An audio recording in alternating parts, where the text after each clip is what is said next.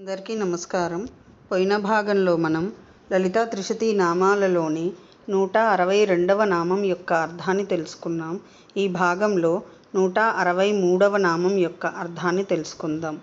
అస్మద్గురు దివ్యచరణారవిందాభ్యాం నమో నమః. అశేషజనమోహినీం అరుణమాల్యభూషాంబరాం జపాకుసుమభాసురాం జపవిధౌ స్మరేదంబికాం. శివాయ గురవే నమః. శ్రీ గురు పదాంభుజములకు సభక్తికమైన ప్రణామాంజలి సమర్పణతో లలితా త్రిశతి నామ సంఖ్య 163. ఓం హాటకాభరణోజ్వలాయై నమః. ఓం హాటకాభరణోజ్వల. ఇది 8 అక్షరముల నామము. ఈ నామంతో మనము అమ్మవారికి సభక్తికముగా నమస్కరించుచున్నప్పుడు ఓం హాటకాభరణోజ్వలాయై నమః అని పలకవలెను. హాటకాభరణోజ్వల సువర్ణాభరణములతో శోభాయమానముగా అలంకృతమై ఉండునది అని అర్థము.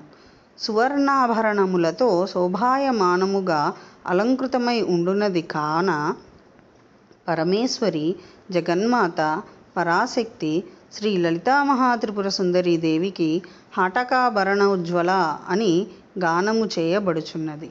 సువర్ణ రూప బ్రహ్మాండమునకు ఆభరణము వలె శోభాదాయకమైనది అని అర్థం. అనగా సత్తాస్ఫూర్తిని కలిగించున్నది అని భావము. అధ్వా ఆ బ్రహ్మాండమునందు మంగళసూత్ర నాసాభరణాదులతో అలంకృతులై ఉన్న ముత్తైదువుల సహజ రూపముతో ప్రకాశించున్నది కాన పరమేశ్వరి శ్రీ లలితామహాత్రిపుర సుందరి పరాదేవత అందు హాటకాభరణోజ్వల అను నామము అన్వార్థము.